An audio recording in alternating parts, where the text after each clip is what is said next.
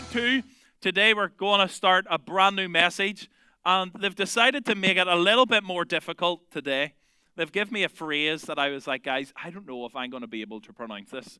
So if you're a Gaeilgeoir, if you can speak Irish, you can correct me after.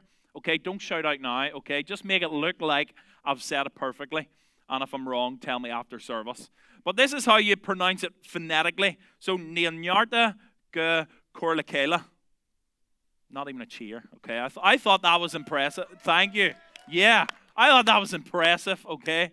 Maybe it was the English speakers cheering and all the Irish ones were like, yeah, that doesn't require a cheer today. But this idea, neart chéile, basically means there is no strength without unity. There's no strength without being united with people. Or another way we could say it is we are better together. And we know that we're better together because each and every one of us in life have needed help. Can you remember a time that you've ever needed help? You can either have a casual help or a critical help. This idea, there's a difference between a casual help and a critical help. A casual help is, I'll get this done quicker. A critical help is, I'll not get this done without you. This casual help of like, I'm moving house. You can do that in your own strength. You can move most things, but if you have 10 friends with you to help you do that, you're going to do that so much quicker. If you've got a menial task to get done, if someone helps you, you get it done quicker. But it's not critical. You'll still get it done without their help. But there's times in life where we need critical help. We'll not get this done without you. Someone like a lawyer, maybe they need to sign a form for you. You can have all your friends sign this form. You can sign this form, but if it doesn't have the weight of a specific person, well, then it won't get passed. Or maybe you need critical help because you need someone with expertise, maybe a doctor. You need a surgery. You can have some great friends, but that's critical help. You need a specific person to do that. Or maybe you've seen this image when you build something from IKEA to tell you that you need 2 people. And men, because we normally we know what we're trying to build. We don't need the instructions. We don't really see this image. And we get to like the 3rd step, and then we realize that actually, I need someone to hold the bottom, and I'll need someone to hold this side and lift this at the same time. So you find yourself using this leg to try and hold the bottom, this leg to hold the top, and then you've got the screws in your mouth, and then you've got the hammer, and then you also lift it with your knee, and then you're trying to hammer at the same time, all because you didn't have that critical help. We've all been in a place where we've just needed help. And when we're in those moments, we get to feel this sense of helplessness. Oh, if only I had someone. And then that helplessness turns into us being frustrated. We get angry at ourselves. I'm so stupid. If only I had this right tool or this right person with me. And then that leads to us being deflated. And you sulk, and you're cross-armed, and you're angry all day. And then that leads us to being defeated. Like, why did I even start that project? Why did I even find myself in this predicament? Because we feel so helpless. And when we don't get that help, we feel these things. But there's a but. Life wasn't designed to be lived by yourself. Life wasn't designed for you to be lonely. Life was designed for you to be in relationship and have friendships and be in community. That is what the design of life is. And if we got help, if we think about that situation where we needed that critical help, or in life where we've had help from a friend or guidance from a mentor, we go from feeling deflated and defeated to feeling satisfied, to feeling loved, to feeling fulfilled, and to feeling useful. When we receive help, we no longer walk around sulking and feeling defeated, but actually we're satisfied. I can think of times where I wouldn't be able to get a job or to get advice or to get to the next level or to do whatever, to progress in life if it wasn't for relationships in my life. And maybe you've heard the phrase that it's not what you know, it's who you know. It's so important to be surrounded with relationships because we weren't meant to do life alone. You were made for community. The design for our lives was to be made for community. And as we're in community, friendships and in our relationships, there are emotional, mental, spiritual, and physical benefits to you having a friend. This isn't this just cute thing that we send our kids to school and it's like, yeah, go make friends. This will actually help them emotionally, mentally, spiritually, and physically. And then as we get older, we think that friends aren't as important and relationships aren't as important. And I've learned all I need to know, so I'll do life my own way by myself. But still, as adults, any stage of life that you find yourself in college, in school, retirement, or in the midst of your career, as we find friends, there's a benefit for emotional, mental, spiritual, and physical benefits in our life. Friends can support us during hard times. They bring joy and laughter. They reduce stress and anxiety. There's improved confidence. They give you a longer lifespan, boosted immunity, encouragement in the faith, and accountability. This is scientific research of the power that friends have in our lives. So friends aren't just good company. Yes, we love having joy and laughter, but it actually reduces stress, improves confidence. You get to live longer with your friend. It's great. Everyone gets to live longer with good friends, boosted immunity, and there's a spiritual aspect. If you have two friends in the faith, we can encourage each other in the faith. And you might have noticed in our connect groups, our language that we're being used in is this, that there are real benefits for your life. And that's what we want to hammer home today, that in friendships and in community, there are real benefits for your life. So we're not calling you to join a connect group just because our groups will be filled and our leaders will be happy because they've got more people in their group.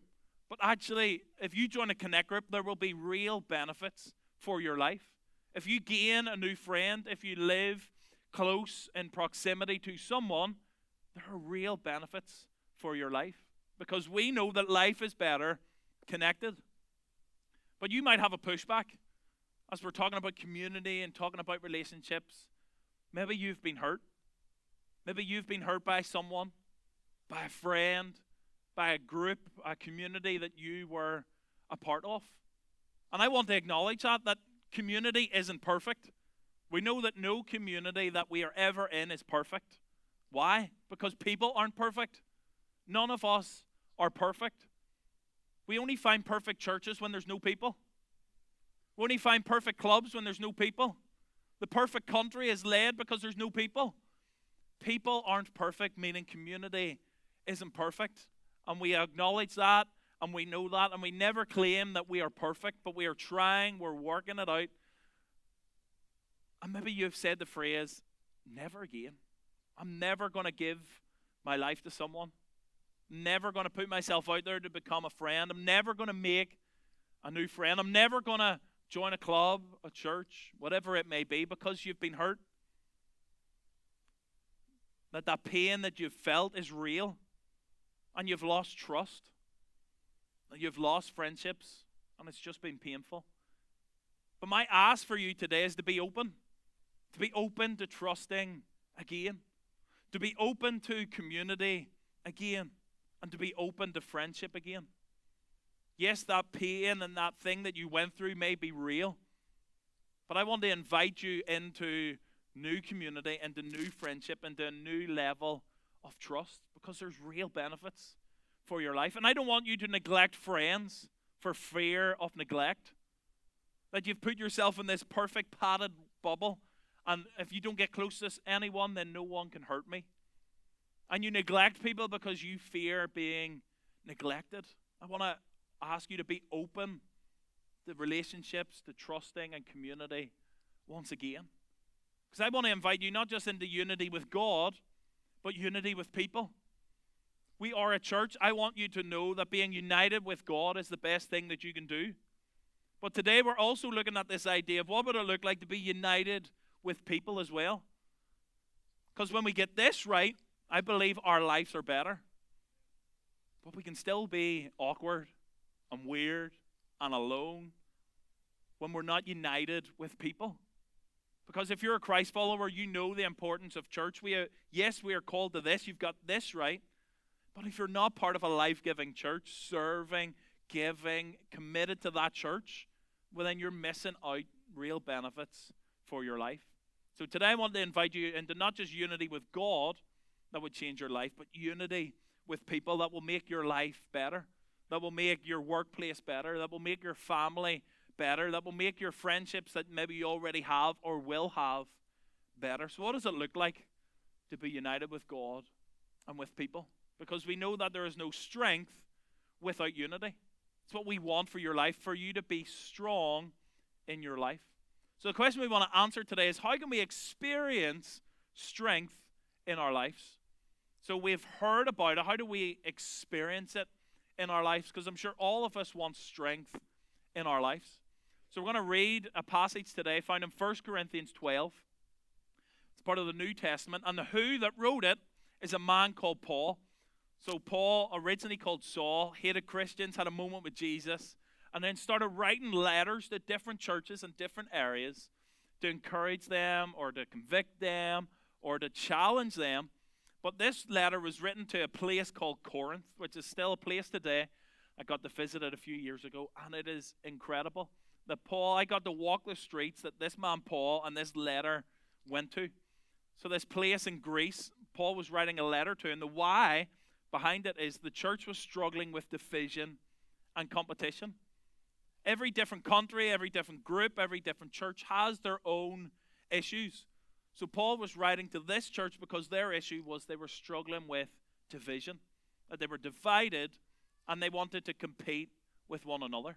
So these words that Paul brings to this church is addressing this issue. So he's going to help us answer this question: how do we experience this strength?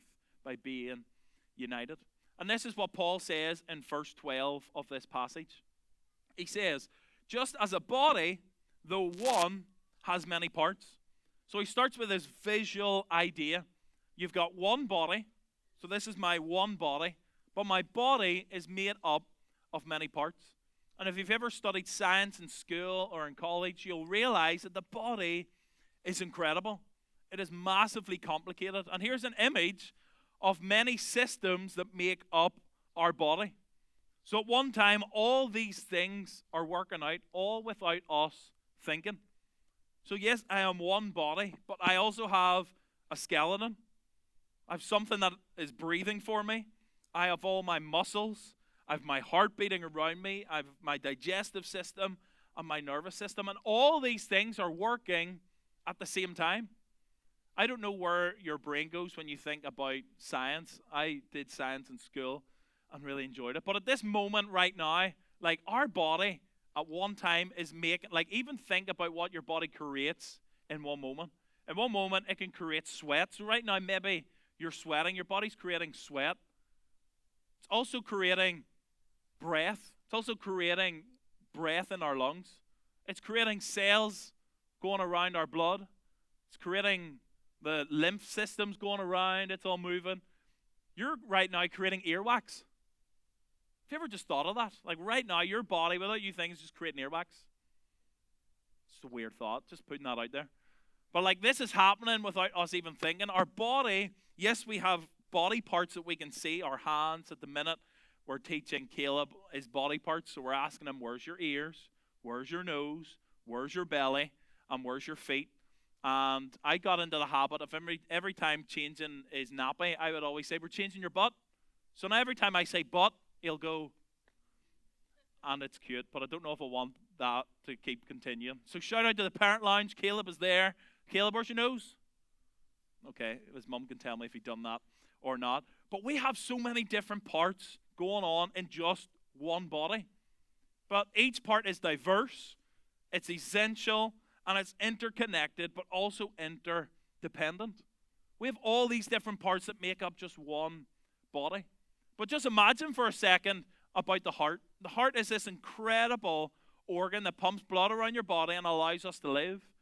And because it's so incredible, imagine it thought, well, do you know what? I'm going to live outside the body. I'm going to take myself and just go because I can do that. If you don't have a heart pumping, well then you figure that out. And he thinks, well, I'm so great. So he takes himself out of it. Well, then the heart doesn't live and we don't live. Yes, they're different parts, but if it's all not working into conjunction together, well, then it doesn't create the one body. So there are different parts, but one purpose. And we are different people made of one family. So this is the picture that Paul is trying to paint, that this one body, this one church, this one family is made up of different parts. But all these different parts serve one purpose: to keep me alive. If my heart stops beating, yes, it's important to have good digestion. Yes, it's good for me to be able to breathe. Yes, it's good to have a nervous system. But if the heart stops, everything stops. But then if my lungs stop, everything stops. If my digestion stops, they're all important. And we might think, oh yes, the heart's more important, or this is more important. But actually, if they don't all play their part, the one purpose, which is to live, well then they've all missed the point. Because they're different parts, but one purpose. And the picture that Paul's trying to paint here is that in the church, we're all different people. We all have different gifts. We all have different abilities. We're all different ages and stages of life, coming from different countries, different backgrounds. And we're all part of one family. So yes, you may think, well, I've got this background and I've grown up in church. Or maybe you think you're less because I've never been in church. This is my first week. I know nothing about church. And maybe you think that maybe you're better, or maybe you think that you're worse. And maybe you think, I can't find myself here. How am I supposed to figure out what my plan is here? Because there's so many different types of people. And some people think if I join a group, if I join a community, well then I'll lose myself. But today you don't lose yourself in community. You actually find yourself. When you're placed in a community, well then these people around you can lift you up, can speak life into you, and you will discover more of yourself and more of your purpose. You might have this heart of a body, and by itself is useless. Put it into a living body, then it actually becomes helpful, useful, satisfied, and it's made and it's being used for the purpose that it was created for.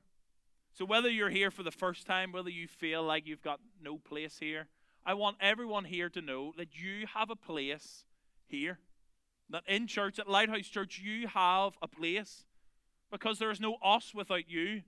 If you don't fulfill your role, then we aren't as good as we can be. We have loads of different roles in church that we don't have people for. But if we had people in those roles, church would be better. Even you just showing up, if you feel like you have no skill, if you feel like you have no abilities or anything to give, there's still a place here for you. Because God has a purpose for your life. And maybe you're a Christ follower here and you know this idea of church. And you know that it's a great idea. You know that it helps build your faith. But I want to speak to you, Christ follower, for a moment. That community is not just an accessory to faith, but it's an expression of faith. It's not just an added extra. It's not just, oh, if I can get to it or if I can make it work in my week. It's not an accessory, but it's an expression of faith. Being in church and part of a community is essential for your faith. So this picture that Paul is painting about the body, he continues on in verse 15. And he has this dialogue between different parts of the body. So he says, now if the foot should say, because I'm not a hand, I do not belong to the body, it would not for that reason stop being part of the body. And if the ear should say, because I am not an eye, I do not belong to the body, it would not for that reason stop being part of the body. If the whole body were an eye, where would the sense of hearing be? If the whole body were an ear, where would the sense of smell be? Paul's trying to get this point across, that we don't just need one part of the body. And one part of the body can't say, you're not needed. And if we were all the same part, well then where would the sense of hearing be if we were all eyes? So Paul's trying to say that diversity is a good thing. He's trying to say uniformity would cripple the body. If we were all the same body part, if we were all the same system, if we were all the same type of thing in the body, well then it wouldn't function. Where would that sense of smell, hearing, sight be if we were all just one part? And it's the same in church. If we were all the same people, it would cripple the body. We're not looking for a church full of clones, that each and every one of us is the same, with the same haircut, with the same style, with the same gifts and abilities and background. We are not looking for that. We are looking for a diverse church. Because diversity is not a threat. It's God's design. God's design is to have a diverse church. And I love being part of a diverse church. I love getting able to see different gifts and abilities. I love getting to know different people's backgrounds. If you've never tried food from a different culture, you are missing out. It took me until I joined Lighthouse. We have over 65 nationalities that we find in our church called Lighthouse. 65 people from all over the world. And it is a joy to taste your food. Because potatoes, as great as they are sometimes bland. Okay? And when you have some other nation's food, some jollof rice, anybody? We love it. That's probably it. I'm stuck on jollof rice. I know I've got a lot of Venezuelan food. Brazilian, pão de queijo. Oh yeah. Like, I used to make rice, like, just boring. Like, rice was just an accessory. Whereas when you try Brazilian rice, that changes your life, okay? So this is what we love about church, because church being diverse makes us all better. We get to experience each other. We get to learn from one another. It makes our life better when we're diverse. And it's not a threat, because this is the way God designed it. And it's a reason why we have over 50 connect groups. Because I might be interested in a connect group that you're not. And you might be part of a connect group that I would never want to join. I run a football connect group. I know that most of you don't want to be a part of my football connect group. But then there's creative connect groups. Why would I want to be a part of a creative connect group? That is not for me. But there's people here thinking, that sounds incredible. Where do I sign up to this creative connect group? And there's so many different connect groups because there's so many different types of people in our church. You've looked through our connect groups and looked through them all, and you've thought, do you know what? We're missing something. Maybe you're the person to lead that group because you have seen what we are missing. You've seen your part to play. And maybe it's you to say, hey, we're missing a fill-in-the-blank group. And because you like it, I'm people around you that would probably enjoy what you enjoy also. There's a coffee and gym group. I don't like coffee, and I don't like working out. Good for them, but it's not for me. If I'm going to work out, I want to be playing football, that I can get to try and talk in between my puffs of breath as well at the same time. So we love diversity in our church.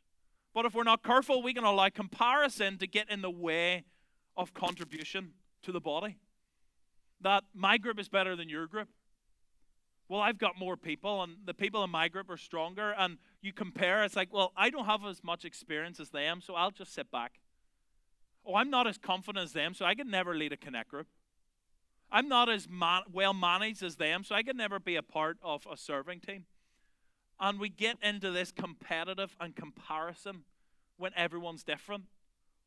Because I grew up in church.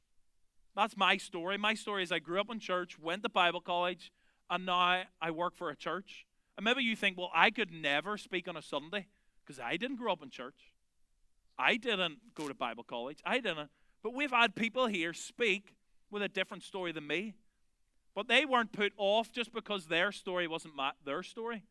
That if they compared, they could be like, well, he's got experience and he's got a degree and he's got life experience. And it's when we compare ourselves, we actually get in the way of our contribution. Because you have something to contribute.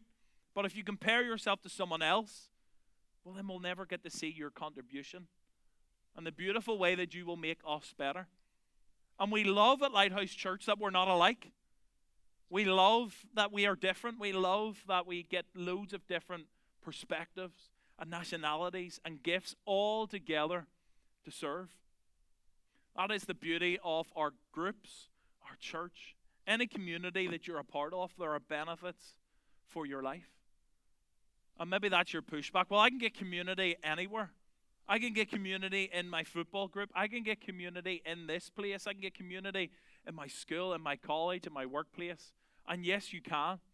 But I believe as a Christ follower that as we're united to God and with other people, well, then we see more benefits for our life. We are in a life-giving environment. We're in an encouraging environment and celebrate one another. And you will get a real sense of community when it's connected to God and living out his purpose. And if you were part of the last series we did, Be Good, we see the benefits of living out our purpose and living within God's plan for our life. So when that's aligned with unity, well, then we see extra amazing, extraordinary things happen in our life. But Paul goes on in verse 18 and says, but in fact, God has placed the parts in the body, every one of them, just as he wanted them to be. If they were all one part, where would the body be? As it is, there are many parts, but one body. So we see here that God has placed every part of the body where he wanted them. God has got a plan and a purpose for each and every one of our lives. Because we can see that God has designed this in his way. So as we see it, that God has placed us where we are at, we can see that you're positioned on purpose. That the position that you have in your life, you're positioned on purpose. Whether it's in your workplace, whether it's simply being in Ireland, being in this church, you're positioned on purpose. You might think that you have moved to Ireland to make a better future, but God has placed you here on purpose. God wants you to be here. Maybe you feel like you found Lighthouse accidentally. You found us online. God has placed you here on purpose because your gifts, your ability, you as a person make us better. You have made Ireland better by being here. You're placed in your workplace to make it better. God has placed you there on purpose. Maybe there's people here asking the question, but where is my place? Where is God calling me to? Has God really called me to this place? Has God really asked me to move to Ireland and stay here forever? What is God asking me? Where is my place? And maybe some of us in here, maybe some Christ followers in here, of just keep trying church. You find a menu online, churches near me, and you're just working your way through it. The pastor didn't talk to me enough. That person, they hurt me. There's nowhere for me to serve. And you've got a list of just going around different churches looking for your place. And maybe you've jumped from country to country thinking, where am I supposed to be? And you feel no clarity in your life and feel no grounding in your life. I want to encourage you, stop striving for another place and settle where you are. Maybe God has called you to be here in this church, but yet you're nitpicking. Oh, well, this church doesn't have that, and it wasn't as good as my last one. And you're striving to find the best church in Ireland, the best church that suits my needs and my wants. Maybe you're jumping around jobs thinking, what's best for me, and this doesn't work, and you're trying to strive for different things, but God is saying, settle. Maybe you can't nail down, am I meant to be here? Am I meant to be in this job? Am I meant to be in this country? Maybe God's asking you to settle. So instead of just looking around, maybe just looking at seeing where you're at. God, how can you use me in this workplace? God, how can I serve in this church? How can I make this nation better? So instead of trying to strive for something else and missing what God has for you here, maybe he's asking you to settle. Maybe your place is in Ireland. Maybe God is calling you for a season to that workplace. Maybe Lighthouse is your church. And if this is your nation, if it is your job, if it is your church, we want you to contribute to that. Because if you don't contribute, then we all miss out. You can make church better. You can make Ireland better. You can make your employer better if you give your gifts and abilities and who you are to that place. And Paul goes on and continuing in this idea of the body in verse 21 says, the eye cannot say to the hand, I don't need you. And the head cannot say to the feet, I don't need you. But God has put the body together, giving greater honor to the parts that lacked it, so that there should be no division in the body, but that its parts should have equal concern for each other. What we see here is Paul's trying to get this idea across that pride can fracture a community or a friendship. That if we're not careful, that if we give greater honor to the parts that are visible. We give honor to parts that are bigger, and we forget about the lesser parts. It says, God, we should give equal concern for each part. So maybe you're here and you're thinking, well, I'm a leader. And there's pride in your heart, and you've got a place, and you've got a label, and you've got a title. That doesn't mean anything. Maybe you're here and you think, oh, I'm too good for this church. I'm too good to serve.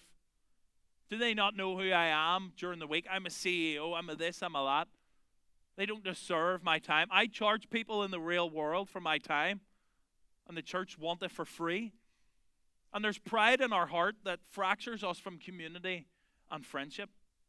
I could never be friends with them if they're from that postcode, that air code. I could never be friendly with someone if they haven't got a degree and I've got a master's. Like, how could I be friends with them? I can't relate to these people. And sometimes there's quiet pride in our heart that fractures us from community and friendship. Maybe it's a belief that you hold. And yes, it's good to have some self-confidence, but if that turns into pride and arrogance, well, then you lose out in friendship and community, sometimes without even knowing it. But the beauty is that we don't just have to have a fractured community. There's an antidote, and the antidote to division is honor. If we honor one another, if we celebrate one another, if we lift one another up, well, then that creates the antidote to division. How do we create a united church? How do we be united? We encourage, we build up, we celebrate, and we honor other people. That's why we want to create a place in here that honors everybody. Not just the person that's on the microphone, not just the person that has the title, but we celebrate everybody that calls Lighthouse home. I pray that if you're a part of another community, if you're part of another team, well, they celebrate you too. That if you're in a football team, they don't just celebrate the goal scorer, but they celebrate the defenders too. That if you're in a dance team, that they don't just celebrate the main person at the front, but the background dancers too. And it's so easy to place honor on the people who are at the front and are bigger and louder than life. But here, our goal is that we honor everyone. We celebrate everyone, that everyone gets equal concern because you are part of this body. So wherever you find yourself, you are here on purpose, and that you receive honor because God has given you something that I don't have. And I have something that you don't have. So I get to celebrate God using me and my gifts, my ability, the way I see things. But we also need yours as well. So if you ever find yourself in division, the antidote to that is honor. Whether it's in a friendship group, maybe you're in a friendship group or have friends that always just tear you down, that are divisive, that hurt you. But to be in a life-giving friendship, we honor each other. We're life-giving. We celebrate each other. And yes, when we're Irish, it's part of the crack. We like to make fun of people. And we make fun of people. The more we make fun of you, the more we like you. But there's also honor, that we need to honor each other. We need to be life-giving. We need to be encouraging to one another. And also, on the other hand, be Irish and make fun of each other. So this not just be Irish and make fun of each other, but this be honoring and life-giving and encouraging to one another. Because community flourishes when those with visibility lifts those with vulnerability. When those that have a title, those that have a position, help those that don't. This isn't like a race to the top. I used to be a part of a church in Belfast, and then I moved here. And I was trying to explain to this person that I felt that God was calling me to move from Belfast to Dublin. And they're in the business world, and they said, oh, so it's like a promotion. I'm like, it's not a promotion. Like, I'm not trying to climb up any church ladder. I'm not trying to get to be the most visible person here. Even though I'm 6'3", it doesn't really help that I'm head and shoulders above most people. But it's not about visibility. But it flourishes if God has given me this visibility, then part of my role is to lift up those with vulnerability. So wherever you find yourself, in a friendship, in a workplace, in a community, in a connect group, if you have any authority any influence, well then it's our job to lift up those that have none. To lift those up, to encourage them, to honor them too, because they have a part to play. When the world looks down on certain people, when the world looks down at those with a certain lifestyle and a certain place to be and whatever that may be, it's our job as the church, as a people united with God and united with others, to lift them up, to encourage them, to call out the purpose that God has in their life. And then Paul keeps going and says this: if one part suffers, every part suffers. If one part is honored, every part rejoices with it. And this is the power of connect groups. This idea that Paul's trying to get across: if one suffers, we all suffer. If one's honored, we all are honored. That is the power of being in a connect group.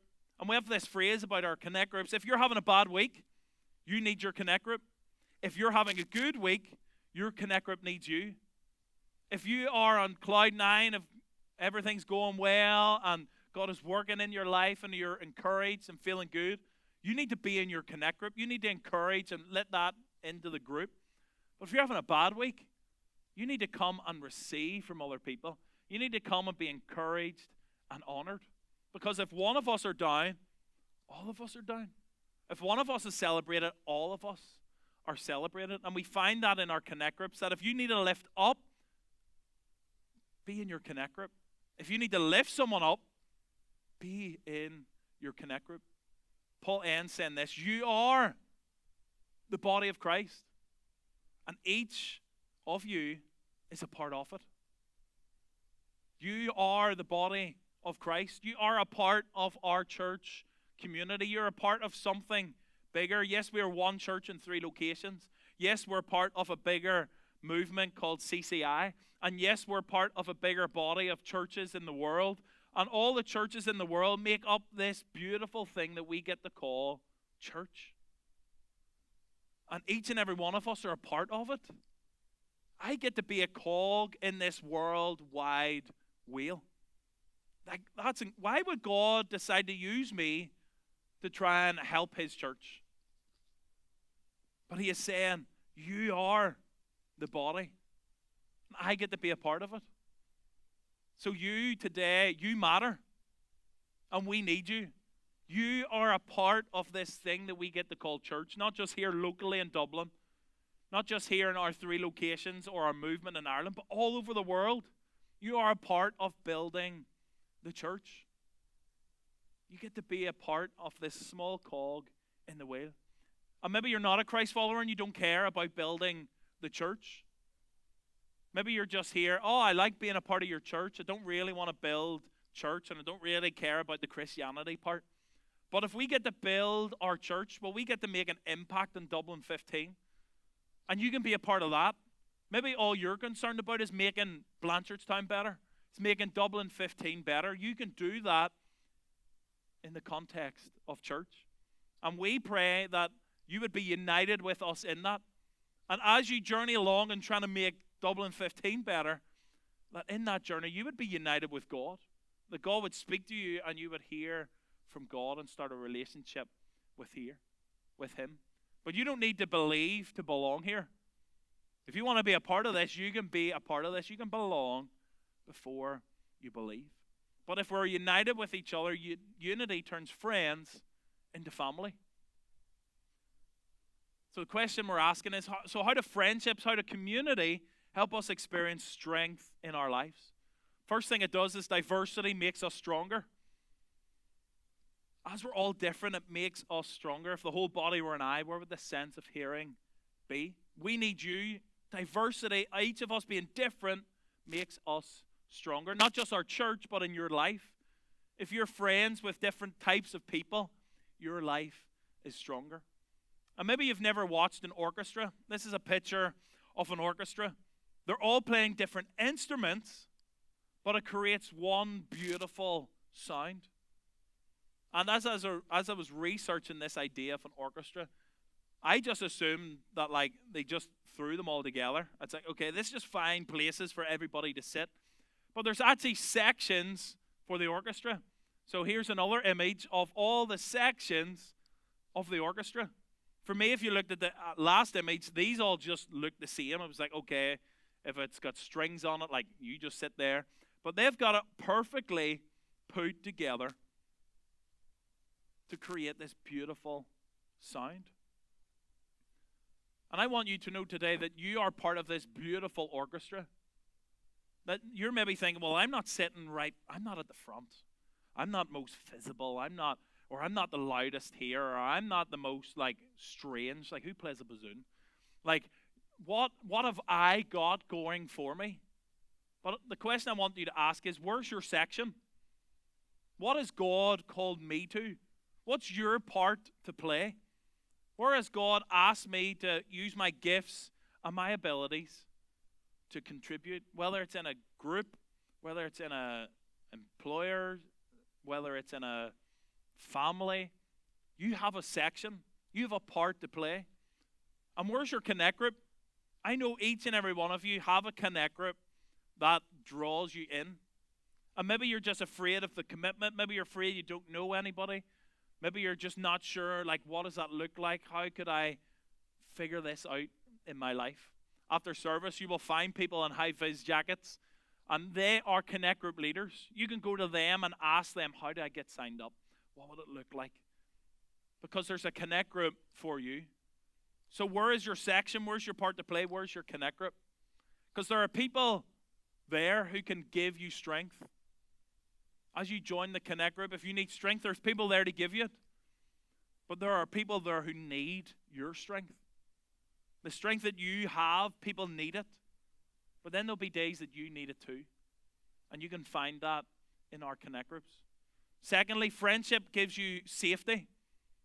When we travel together, when we're in a pack, when we're together, friendship gives us safety. I remember going to a Manchester United match a few years ago, and the stadium was emptying, and there was 70,000 people there out in the streets of Manchester. And I just had this sense of, why do I feel safe? Normally when you're in a crowd, it's like crazy, it's bedlam. It's like there's this sense of like anxiety that rises up. But in this moment, I just felt safe. And I asked myself, I wonder why that is. And it was because we were united, not Manchester United, but we were in unity.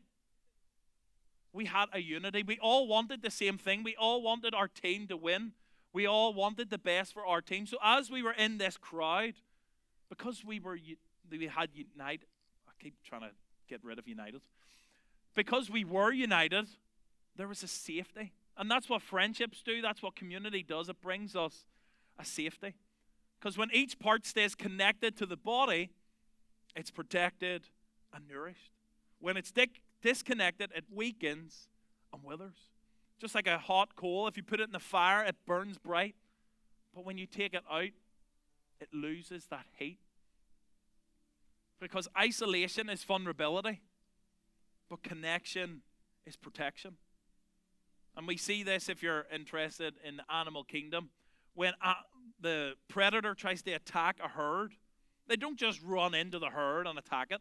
They don't just try and find one. What they do is they circle it, they try and chase it until one veers off, until one animal is left by itself. So when they're in isolation, they are vulnerable to the lion's attack. But in the pack, as they stay in the herd, they're safe.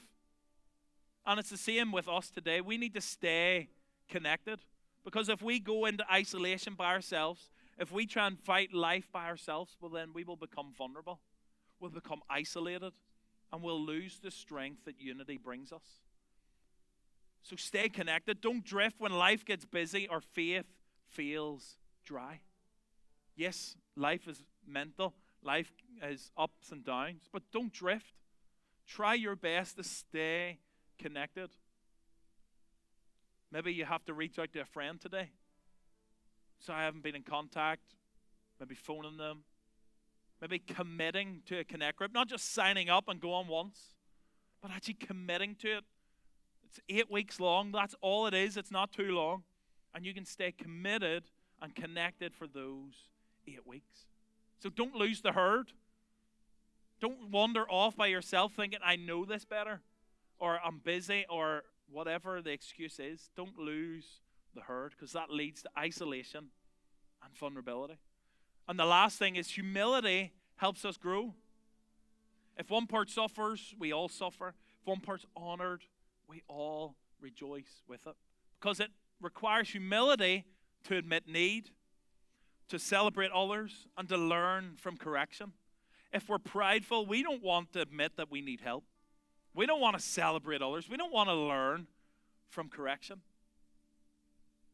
And again, pride isolates, but humility integrates. If we're prideful, we try and stay away from other people. We try and live life our own way because we've got it all answered. Because pride tries to tell us we don't need anybody else.